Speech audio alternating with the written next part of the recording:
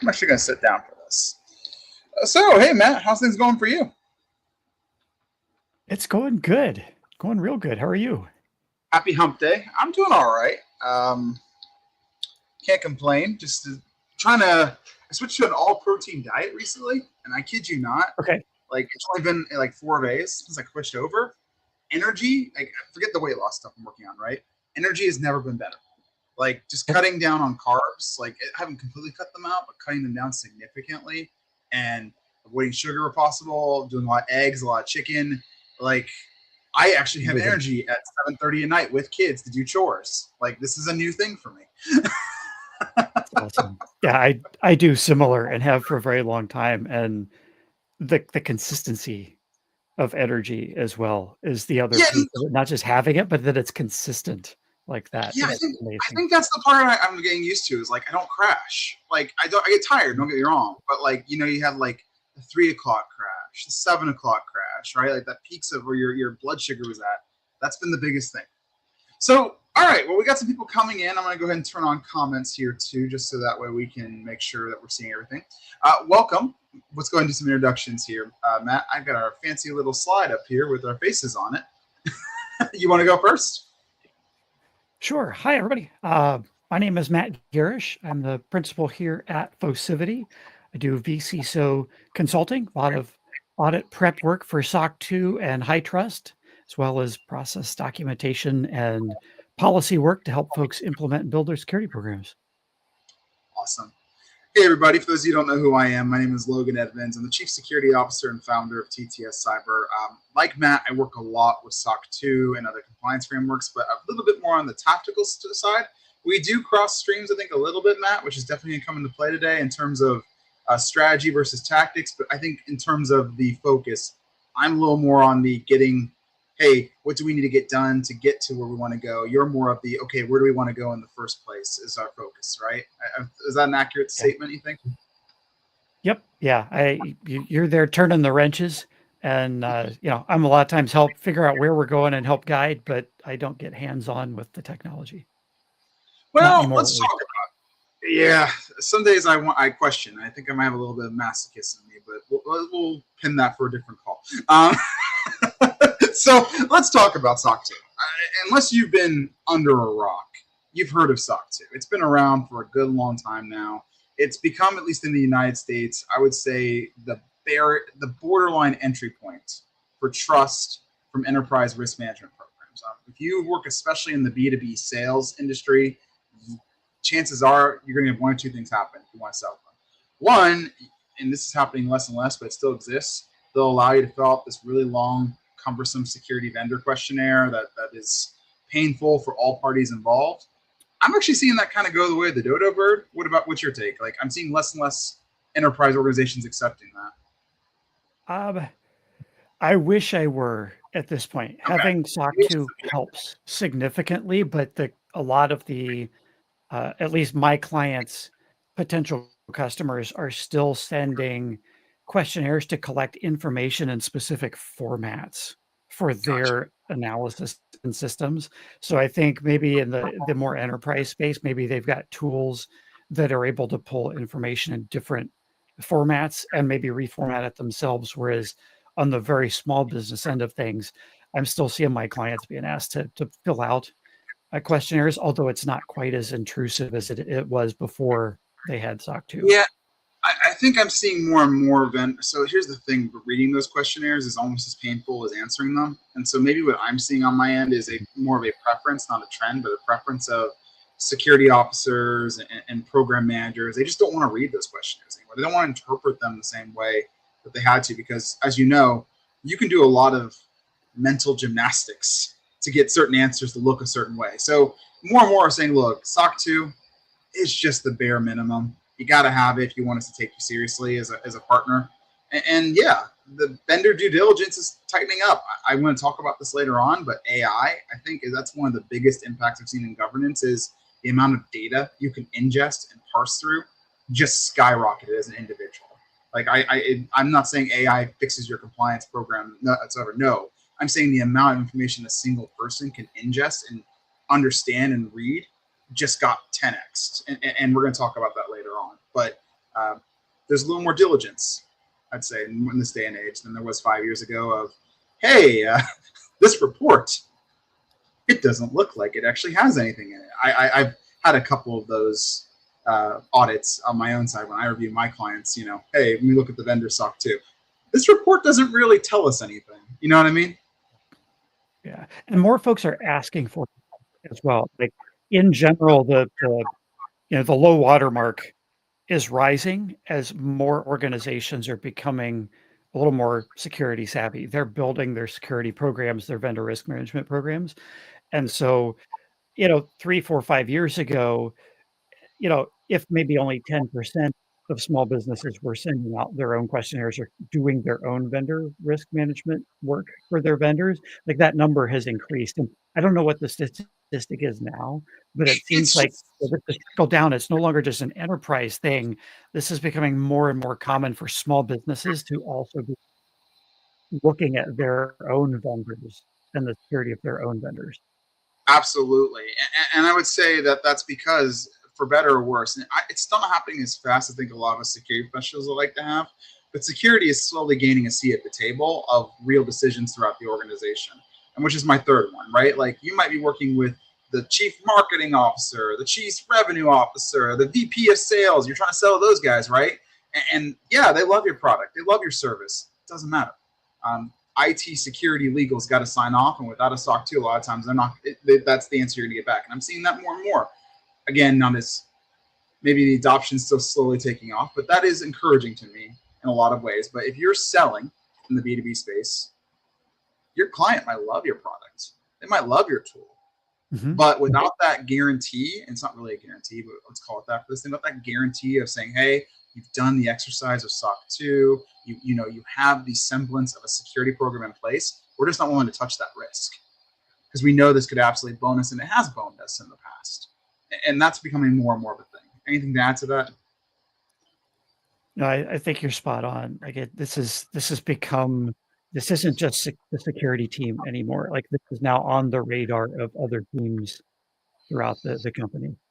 The board gets tired of hearing every quarter how another vendor got them in a weird situation, right? At some point, nobody wants to go to the board with information, so we're going to keep that information from having to be presented to the board by tightening the noose a little bit. I'm a big proponent of the saying, all change stems from the board level. When you get to something that's a reoccurring problem that's going to annoy the board, that problem tends to get fixed pretty quick. And this is definitely one of those things, I feel like. So let's talk about costs real quick, right? We talked about how it's a sales blocker, but let's just talk about, look, I know plenty of startups, especially in that early stage of getting to seed, are scrappy. They can talk a good game, especially their founder-led sales side of things. And don't get me wrong, nothing against that. I myself am a founder, as are you, right? Like, it's part of the game. But there's costs, even if you're getting your sales across the board without having a compliance framework like SOC 2, or the other one, if we go more broad, is ISO 27001. First off, deals stall. You're adding artificial friction to your deal lifecycle by not having this thing, because it's going to come up, especially if you're selling to Fortune 500. If you're selling to Fortune 500, Fortune 1000, it's going to come up, and it's going to, at best, stall the deal lifecycle, which the longer a deal lifecycle goes, the less likely the deal is going to close. That's the rhyme I like to go with there. During procurement, I'm going to pause there. I'll let you talk. You look like you have something you might have to say. I agree completely on that. One of the biggest business drivers that I see for SOC 2 with my SaaS clients that are earning it to help move deals along with their customers is to shorten the cycle time, and also to relieve that extra burden of having to fill out all of the questionnaires all the time. The when amount they of do get one with SOC 2, that come to you and say, this is not my job. How did this become my job? Please stop making this my job. We need to get SOC 2 so I can get my life back. That's a funny reoccurring theme I come across a lot. It is, and it's faster to do the questionnaires, because when you have your SOC 2, what I see is you can answer the questionnaires, the yes, no piece, and refer them to the SOC 2 rather than having to do a verbose answer describing what's done in each one and duplicating what's there. So just having it speeds up that piece of it as well. But it also makes it a lot easier to just eliminate a lot of the back and forth between the potential customer and I the business. couldn't agree more. Couldn't agree more. I think the biggest thing too is the other thing I've noticed too is there's the needles shifting in the direction of with SOC 2, and we're going to get into that. You control your scope. By putting a little more in scope, now you can defer more to, hey, just check out my report, right? You can put the onus on the security team reviewing it, which I'll be honest, that sounds kind of like a jerk move, but I think most of the time they prefer it. The security teams just like it when they have everything in front of them. They can find their own answers. It's more efficient for everybody. I couldn't agree more with what you said.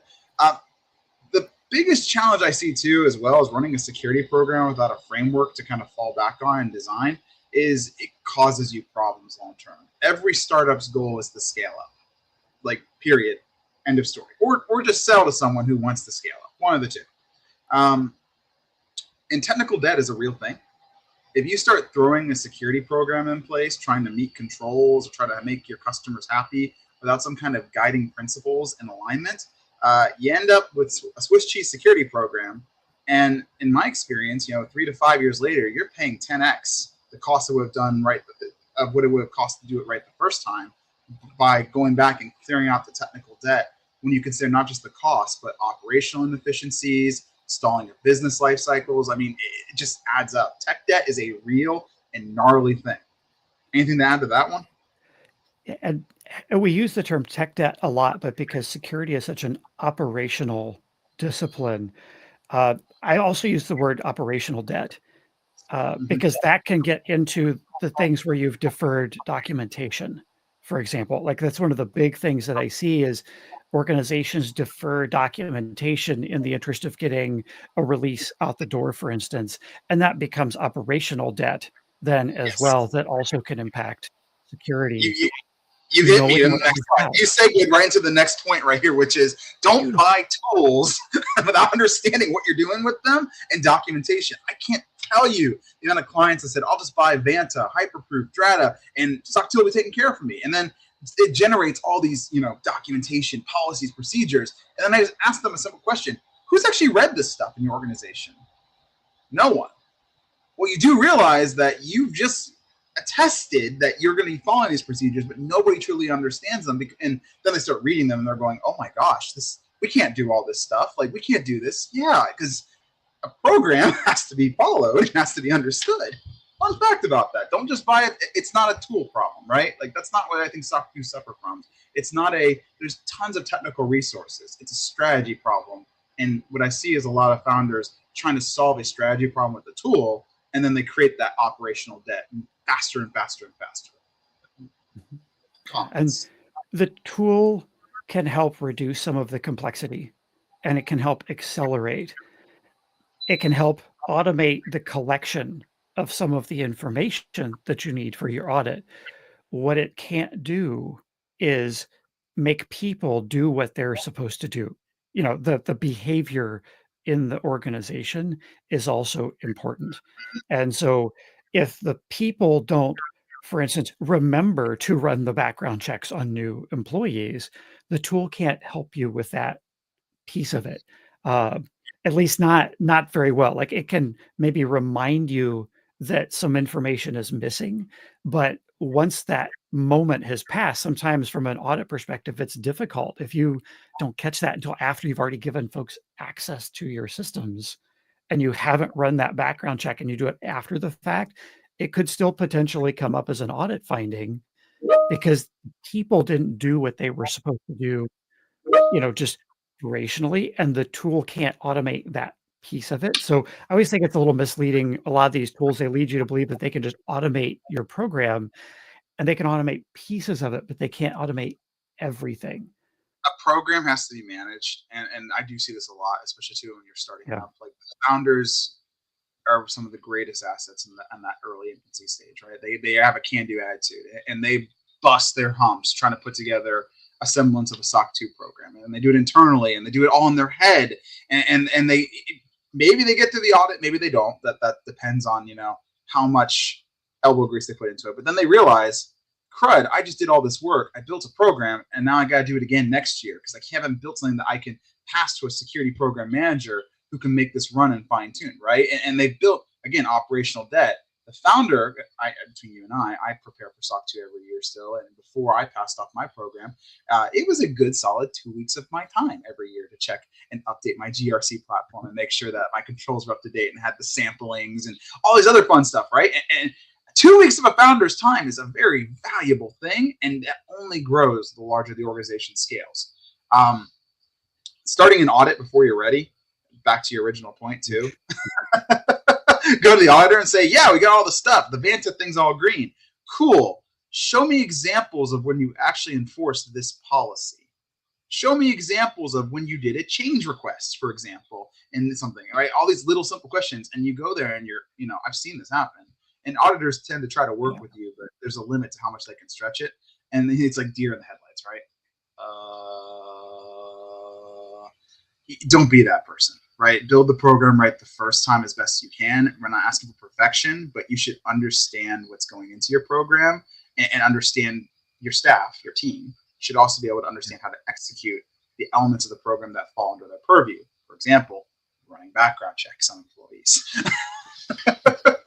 Yeah, and I love to use things like that as non-technical because they do impact your security, and it's a non-technical thing just to help dispel that mindset that folks have is that security is just purely a technical problem, and there's a lot of this is process and operations and documentation. Dotting your I's and crossing your T's and all of that, and just that operational excellence or consistency that you need in the organization. Not purely technical. One of the ones I've seen people get in trouble too, it's not technical, but it does matter.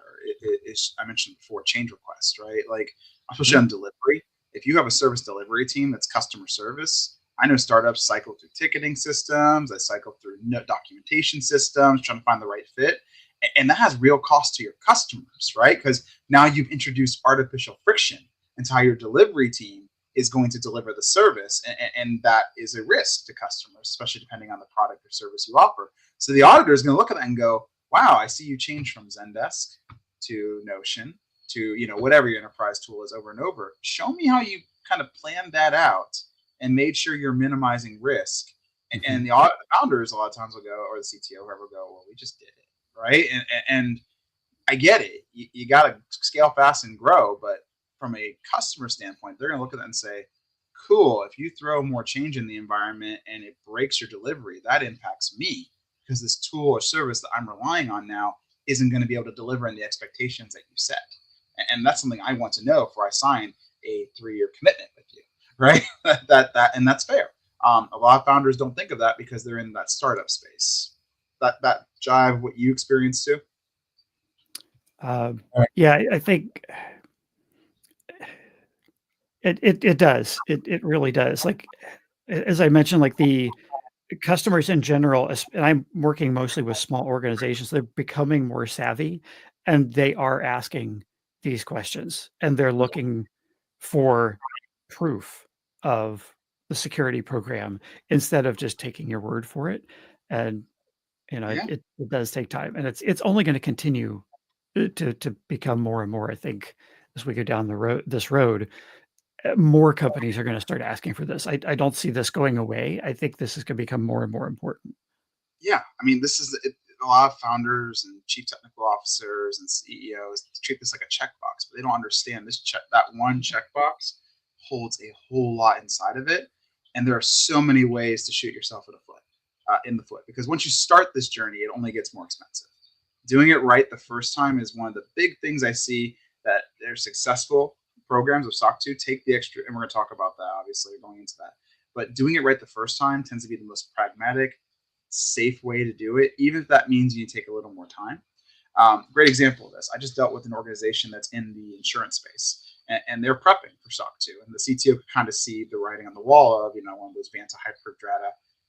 This doesn't feel like we're ready, right? I filled out the thing. It doesn't feel like we're ready. And on top of that, I don't have enough time to manage this program successfully. So they brought us in and said, can you help? And I said, maybe, but I have no idea what your program looks like. I have no idea what your organization looks like. we need to do a risk assessment first, because this is just going to tell us the bare principles that we're dealing with, right? In terms of what I'm going to have to patch up, advise, whatever. We did it, and the organization had some serious holes, especially related to phishing. Their staff was just not educated. They didn't have a security awareness program. And you could just start seeing, during the presentation, and eventually someone spoke up and says, it sounds like before we even go after this SOC 2 thing, we need to patch some holes in our own just basic common sense stuff. And I said, that's pretty good advice, I think. I wouldn't disagree with you on that, because cart before the horse, right? You go for SOC 2 without having some of the foundational fundamentals of a security program in place to build on. This becomes a very, at best, pain in the rear exercise. At worst, it becomes a whole bunch of contrarian. You have to do mental gymnastics all over the place to justify yourself. And anyone who knows anything about when they read that report is going to see that and go, I don't know if I want to work with you. Yeah. Yeah. And without that risk assessment, it goes back to your other point about having no roadmap. Like if you don't do a risk assessment and you don't know where your holes are, you can't put together your roadmap and deal with the dependencies that you're going to have, because the security program, things are very intertwined from one control to the next. They support one another. And as you build your program, if you try to do things out of order, you end up creating more rework for yourself, which just makes the process take even longer to get done. And I see a lot of clients that get in a real hurry. They get told, well, it takes, this many months to do a SOC 2 audit. And that's just one piece of it. That's just the audit itself is that few months to start the audit, get through the audit, and get the report. But it generally isn't counting all of the preparation work that they have to do, and that roadmap, doing that risk assessment, understanding where you are in that readiness continuum, and then being able to put it together, the roadmap to understand what you need to do, how long it's going to take you to get ready. And you may find that, oh, we can get ready in 3 months, or you may find that it's a year. I mean, this is, I think, part of a psychological problem in a lot of ways, which is when you're starting something new, it's cool. You have what's called a spaghetti on the wall mentality is what I call it, right? You throw stuff and you see what sticks and you move fast. And most of the time for a startup going to scale, that's advantageous, especially in the beginning, right? Like you can move fast and figure stuff out to get to market. This is one of those areas where I think the spaghetti on the wall mentality is really going to bite you in the butt. Because if you don't have a plan, and building that plan requires thoughtful foresight, you're just going to create tons of problems for yourself. I find the risk assessment to be foundational, right? It paints the outlines of what your security program should entail, right? It gives you honestly the borders of a puzzle. Imagine like a puzzle, putting a puzzle together. You got your border pieces around there. From there, you now have an architecture to start filling in the puzzle, to put piece by piece that takes the whole picture into place. You need to do that first. Don't skip the risk assessment. Do that first. I get it, not fun. Spaghetti on the wall says this is a waste of time, but in this one instance, it's really going to be to your advantage to do that first. Yeah. Okay. Absolutely. AI. It wouldn't be a 2025 webinar map. We didn't talk about AI at some point in the slide deck. I mean, literally, right? Like AI.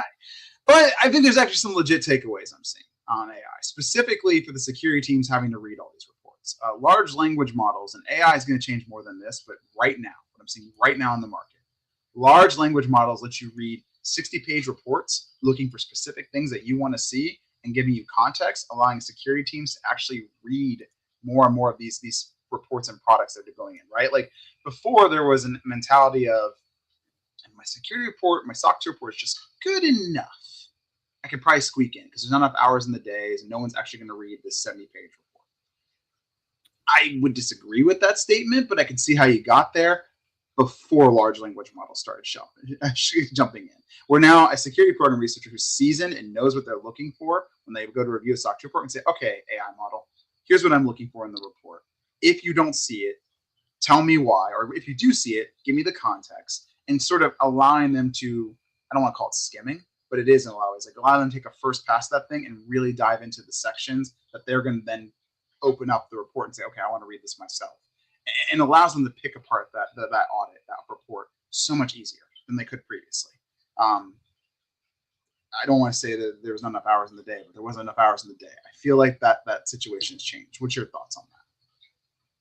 I think the other place where AI can be really helpful here is uh, reformatting information for Mm, questionnaires. When you do need to do the questionnaire, you may be able to use AI to help accelerate some of that because it's actually pretty good at doing that fuzzy language search to identify the spirit of mhm.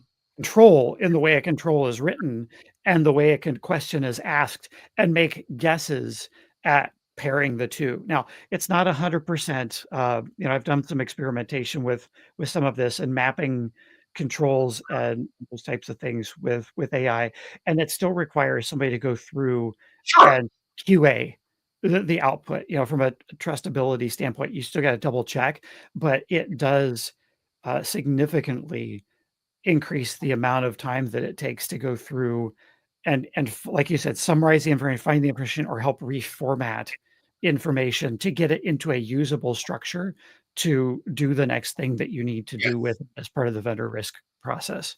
I also find it's pretty good when I do these audits and I look at vendor reports. It's pretty good at finding boilerplate stuff, right? If you're just using some boilerplate language that you think no one's going to Mhm. notice anything, one of the things that AI is really good at is finding regurgitated language that's used all the time. So I say, hey, point to sections you feel like are inconclusive or overly used or boilerplate, and just highlight your reasoning behind it, right? Like, help me find the area where I feel like there's been less than attention to detail.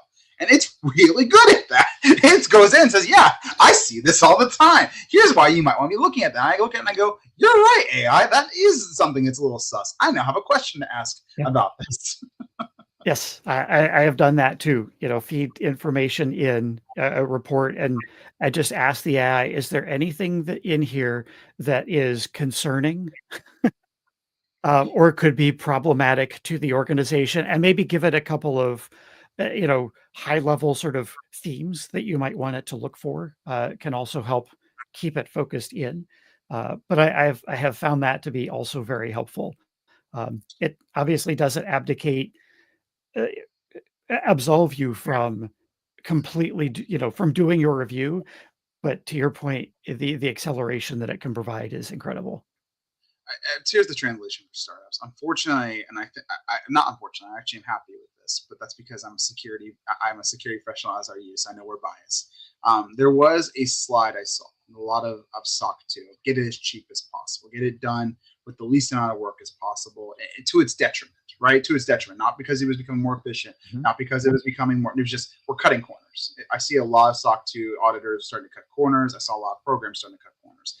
Now, here's the translation where I think AI is really gaming. It's a wake up of, look, if your security program is sloppy or superficial, you are much more likely to create a ton more friction in your sales cycle and at least create longer delays, if not totally derail the whole thing.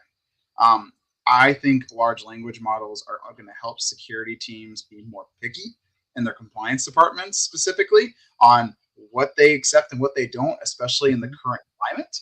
And that isn't going anywhere. The problem before was there was no way to synthesize this just deluge of information without someone sitting there and reading through it, which there's a whole thing about attention span and like how much time do you really have to focus in a given day. Large language models help me get a lot of that back, and I know other security officers the same thing, right? Wow, I now can focus on the stuff that I'm truly good at when it comes to picking apart these Mhm. security programs and not having to read through all the stuff that's, I don't want to call it fluff, but Yeah. fluff, right?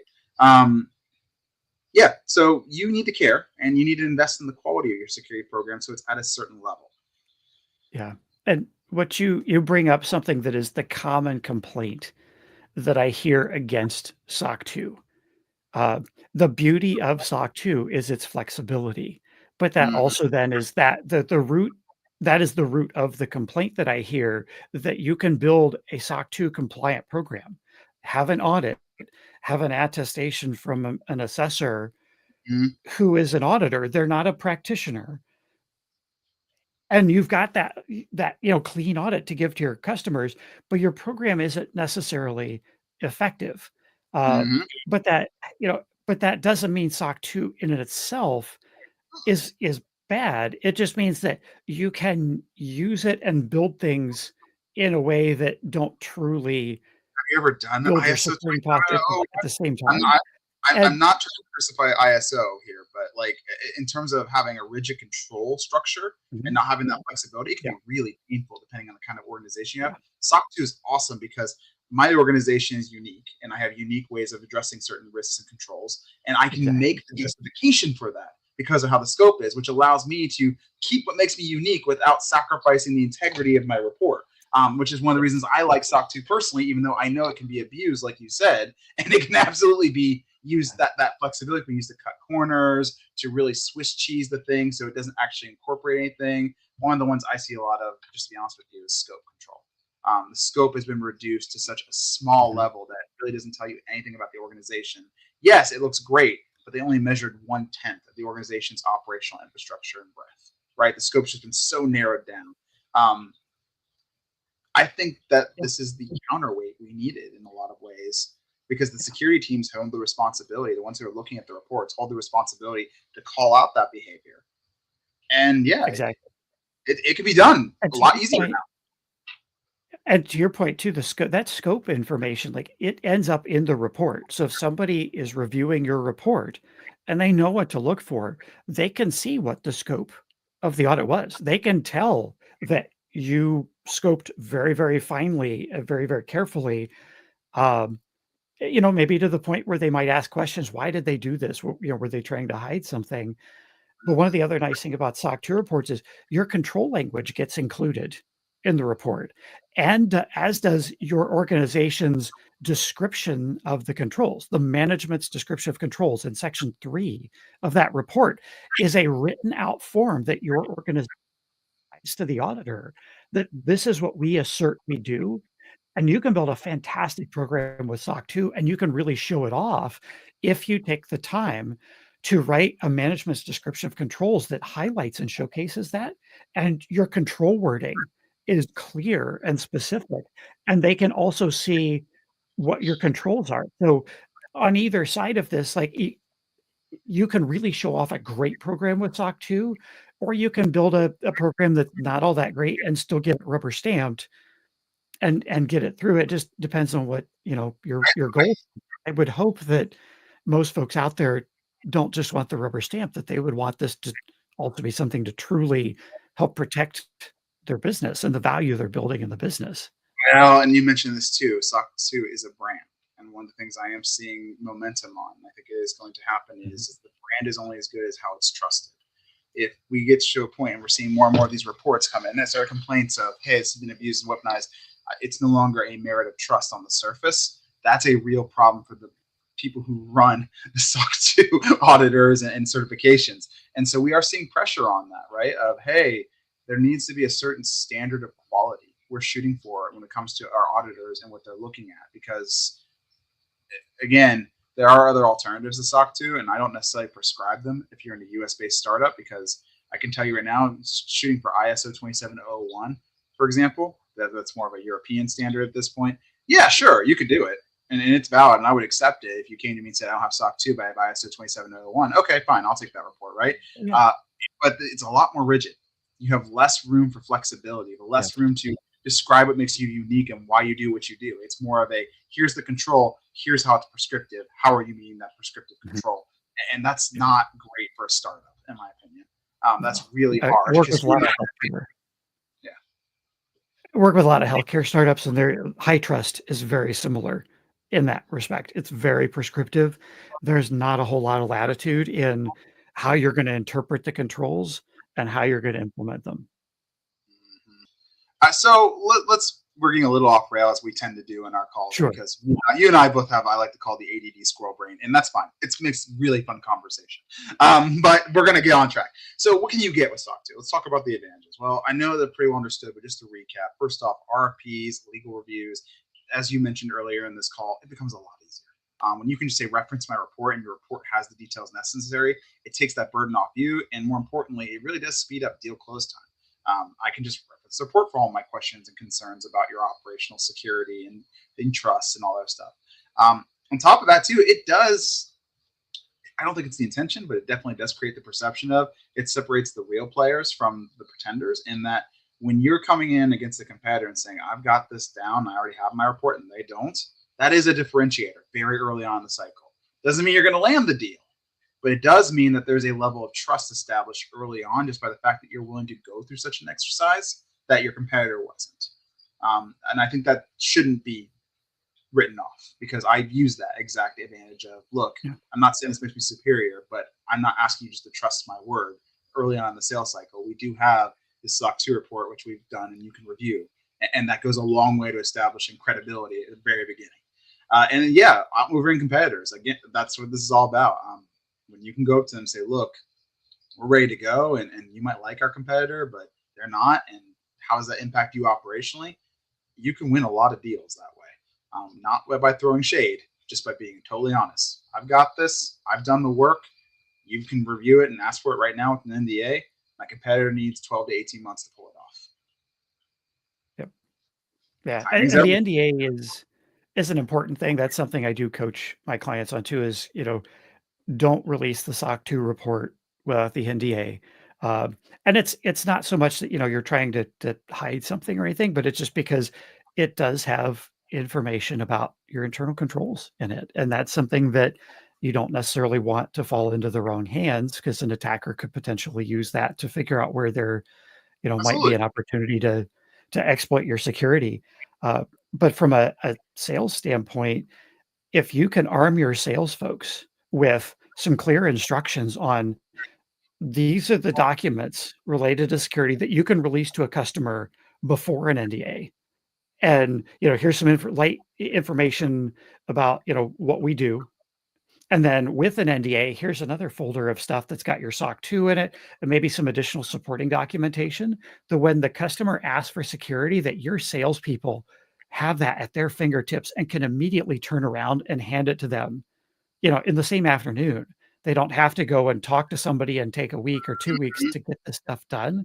That instills a lot of confidence, or it can instill a lot of confidence in that customer, because you have your stuff together and you trained your salespeople how to speak to it, and they can back it up because they have that stuff ready to go. I don't think confidence, or coming in confident and talking the big game, is bad, as long as you can back it up, right? If you have your ducks in a row and you want to train your sales team, come in swinging with that, I think that's fine. I think that's actually something the industry desperately needs right now, is let's leverage that in our sales cycle. Sales gets stuff done. When the sales team can leverage something for an advantage, organizations adopt and mature whatever needs to happen to facilitate sales. I think this is definitely going to fall in that camp. It has more than just enabling sales, but the reason people come to the table, I think, for SOC 2 most of the time is sales enablement. That's why they start. And I'm not begrudging that. So how do we do this? And I think you're in the same boat as I am, right? Like, don't go straight in and schedule your audit. please talk to someone before you schedule your audit, because once you put that clock on, it gets way more stressful and a lot more difficult. But we look at, for us, Matt, and I think you do the same thing. We look at foundations, right? What are we doing with the foundational building blocks? Risk assessment, a gap analysis. What are we missing? Initial policy drafting. What kind of documentation, policies, and procedures need to just exist, basically, before we can even go into the SOC 2 program, right? Things like, great example, this acceptable use policy. You need to have a policy that defines what your employees can and can't do with their digital assets, at least in base expectations. No gambling, no pornography. Do you have that? No. Okay, well, we need to start there before we go anything more advanced. Build out. At that point, we start talking about, the program itself. What tools, if there are any needed, documentation, evidence collection. How are we setting this up to scale, right? Not just get you through the one audit, but going forward that you can reduce friction, maintaining your program and improving it. And then, of course, the third thing, the audit comes up. I like to do a dry run, a tabletop exercise for a mock audit. Hey, I pretend to be the auditor for a second. Let me kind of take you through so you can get used to it. I know you do a lot of readiness reviews. And spoiler for those guys don't know, Matt did my readiness review back when I started this journey many moons ago. And you'll sit down and kind of go through, okay, what do you got? And what don't you have? And let's make sure we're on the same page. Of course, I also believe that anyone who helps an organization with the SOC 2 program should at the very least be on first name basis with the auditor. Because the auditor might have questions that, you have in the back of your head, and you're their partner in this, right? Matt, when we did our SOC 2 audit for the first time, I had you hop on with our auditor, just introduce yourself and kind of just give some preliminary context. I think it took you like 20 minutes and we never needed to call you again, but that was super helpful of setting the right tone and how we work forward on that. And I think that's an important part of this. Anything to add? No, but I want to point out for folks if they don't notice that you're putting the policy drafting in that first bullet point is very intentional here. Mm. Uh, that without the policies, that the clear setting that foundation, that clear set of expectations of what your processes and tools need to include or do, you can't just start going and doing things. That policy is what helps everybody else understand what we're moving towards and trying to achieve. And so it's very important to start at that beginning, you know, you assess your risk, you look at, that gap analysis of what are we doing now that and what are we not doing now?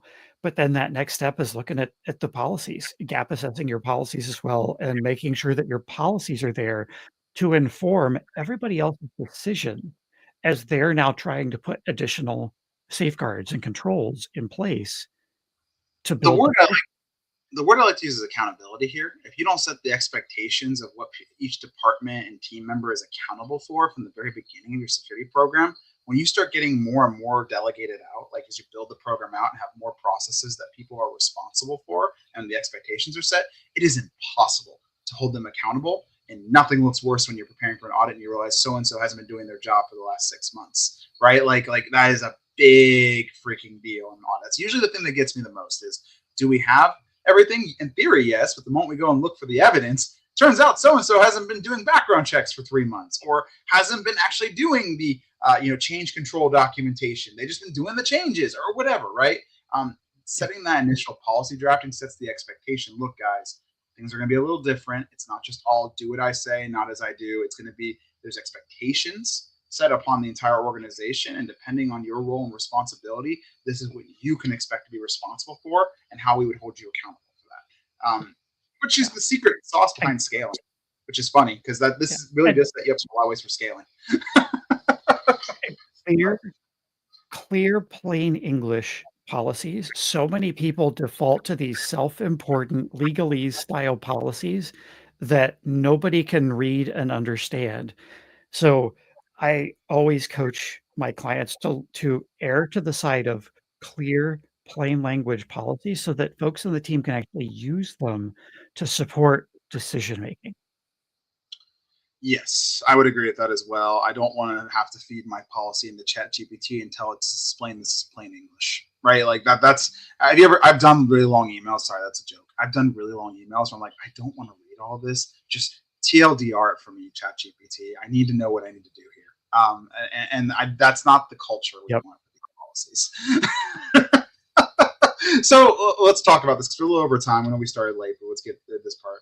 Timelines, what are your expectations? I think you said it best. 6 months would be incredibly aggressive, and that's assuming you have a lot of the foundation already in place. Typically, it's between 6 to 18 months. I would say closer to 12 if we're building it from scratch, if we go at it full force.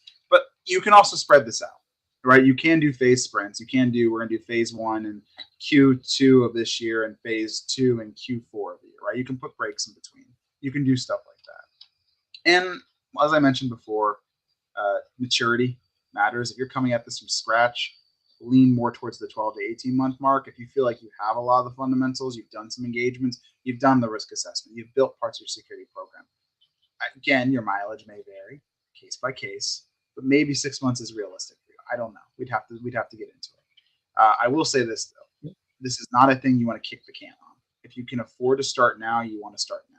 Because sooner or later a deal is going to be on the line. That's a big news, and you're going to need that, and it's going to suck when you have to go and say, I need 12 months before I can get that to you. Anything to add to that? And I've had clients too that, they see this and they say, oh, okay, we want to engage and need to do SOC 2 in 6 months. They don't even have an auditor yet. They have no idea where they stand. There's a lot of work to get ready.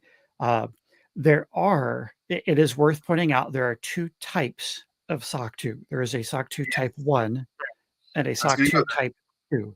You are, okay. So the type 1, you're thinking on that. It's okay. you can do faster. The type 2, you have to make sure to remember to leave time for the audit period so that you actually can demonstrate doing all of those things over a 6 to 12 month period. And that immediately with SOC 2 Type 2 is going to extend your time to when you can have that report, simply because the auditor has to have a certain number of months to inspect and conduct the audit against. Whereas a Type 1, they can look just at point in time. I did straight when I did organization SOC 2. I did straight for Type 2, and I regretted it. Not that I eventually got it, but the pain I had to go through to show the evidence over time. What I recommend most clients, and again, your mileage may vary, don't take this as holy gospel, but I recommend shooting for Type 1 first for your first year because it builds the muscle memory. You've got the basics of the programs. You understand broadly what you're getting ready to go into. Now that you've had that on year 2, that's when I say you need to pull the trigger and go to Type 2.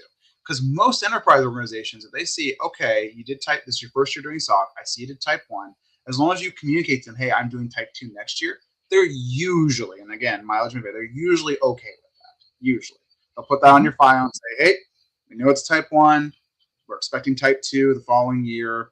Now, the problems become if you can't deliver Type 2 in the following year. So be careful you make that promise. Okay, so let's talk strategy, and we're going to wrap up here, right? Security should match your stage, industry, and growth model. SOC 2 has its 5 trust principles, and I do recommend tailoring which ones you tackle first in your organization based around your go-to-market motion and client profiles, right? What do your clients care about, and what are you prepared to offer right now? Great example of this, I think you'll nod your head in agreement. I don't necessarily recommend clients tackle privacy on their first go-around unless they absolutely have to. Privacy is a bear. I do think it's important, and I eventually want to see it, but I'm okay if they're their first go-around or a second go-around because of their organizational maturity and what their clients care about, if they choose to make the decision to exempt privacy from the scope of their SOC 2. Again, however, you might have organizations that you sell to that really do care about privacy. So at that point, we got to talk about that. Anything to add to that? Yeah, and if you've got the opportunity and you're doing a readiness assessment with somebody before you get to the point where you're talking with your auditor and that sort of thing, just trying to figure out where we stand, I always recommend doing the readiness assessment against all 5 of those trust service criteria, or the 5 domains. That way you can make an educated decision on which ones do we do and not do, because you may find that, oh, we're in really good shape to do 3 of these. You know, maybe we can do security, confidentiality, and processing integrity or something. Okay, great. Like we could do all 3 of those. They're not going to cost you a whole lot more in the audit to do them. And when somebody looks at your report and sees that you've done multiple instead of just the bare minimum, that's also going to potentially stand out to them. When I do a gap assessment, I'll be honest with you guys, and again, this varies based on our auditor, adding privacy or processing integrity or whatever you want to cut out there, it's going to add a couple hours of work for me, tops, right? It's not a huge price increase for me to go do that, because the way we structure these things is you can, slot in your scope, but the overall exercise looks the same of, okay, we're doing the gap analysis, and I'm putting together the poem. Like, it's not a big deal to include everything. And I think for us, it literally costs you like an extra $1,500, which isn't that much in the grand scheme of things of, hey, now I know what I need to do when I'm ready for this. And yeah, it makes complete sense to go ahead and tackle that in a readiness assessment. But then you know how bad it is, and you can make the decision, okay, going forward, I'm not ready for this. And that's totally fine, right? Like, if your clients don't ask for it and you're not ready for it, I'd rather you get to a point where you're ready before you add it to scope. You're going to feel better. Your audit experience is going to go a lot smoother. And honestly, your integrity, right? Like in terms of what you're promising, because this is a promise in a lot of ways for your customers. We are giving you a form of a guarantee. Not really, but kind of. Like, you're putting your professional reputation behind what you're doing. You don't want to make a SOC 2 report that fudges the details. Like, or obscures, I should say, obscures the details. You want to be transparent. You want to build trust, because the whole point of this exercise at the end of the day, the whole point is to build trust with your partners, vendors, and customers. If you're not building trust, why are you doing this? So, ready to build trust and win deals. We were really over time, so I'm going to go ahead and hop on this slide.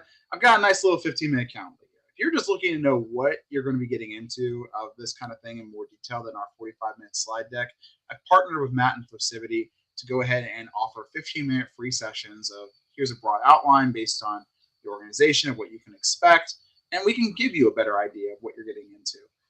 We do, and it's worth mentioning, we do. Sorry, I have kids. Sometimes the jokes slip out. But anywho, we do advise customers on both the tactical program and how to get to the tactics, right? Building the actual strategy. And one of the things I think we bring to the table, Matt, both of us, is we can make this go a lot smoother and a lot quicker than you try to do it in-house. In fact, I would say more often than not, when people buy our services in the past, it has been, I tried to do this in-house. This is a lot of work, and I didn't do it right. After a year and a half of trying to do it right, can you help me? And it's like, yeah, we can help you, because it's hard to do this program with a lean team. Mm-hmm. Like, somebody's got to own it, and you're, that's not going to change. But what they own, do they want to own a polished, developed program that they're maintaining, or do they want to build it from scratch? There's two very big differences between those two things. Yep. Cool. All right. Well, I will go ahead and put that back up one more time. Matt, you want to, any final thoughts you want to leave before we exit out? Yeah, I love, as I mentioned, SOC 2 because of its flexibility. It is fantastic for orgs of a lot of different sizes, especially smaller orgs, because you can tailor it to the organization's needs and still do it effectively. So it's one of those things where even in a small business, SOC 2 can allow you to build a program that is right-sized for your org and not be this draconian thing that makes people feel like everything is just so locked down that you can't get work done. And I think that's part of what I love the best about SOC 2 is that flexibility. I had a customer once tell me, I don't think we just do SOC 2 who asked us, like, we're just not a good fit for it. And I'm like, how are you not a good fit for SOC 2? You can literally customize the thing however you need to sit to meet your organization and where it's at. It's literally designed for organizations like you with that mentality. So I would agree 100% with that. If you're a small business, I know some people tuning in are MSPs and they're interested in this. If you're delivering services to your customers, I think SOC 2 is great, because the channel, if you're an MSP tuning in on this, the channel is its own unique little beast. It absolutely is. And you can still build a world-class security program leveraging the technologies, tactics, and business models of the channel without having to go and try to design yourself like a Fortune 500. If you're familiar with the MSP business model, it's kind of anathema for us to design, for them to design themselves like a Fortune 500 company. That's kind of the whole point. They aren't. They did it a different way. It makes more sense for small businesses. I think SOC 2 is great for that as well. All right. Well, I'm going to go ahead and exit out. My counting links up above. Guys, if you're confused, there's a lot of information here. It's really hard to compress it in a slide deck, and that goes Evans because we went really over, Matt. Hop on a call with us. We'll tell you really quickly if you're ready or not based on the analysis of what you tell us on the call. And if you're not ready, we can help you start painting a picture of what needs to be done to get there. This sounds like a lot when I say 18 months, but it can be very manageable if it's approached with the right attitude and the right expertise. Okay, thank you, everybody. Have a great rest of your day, and see you soon.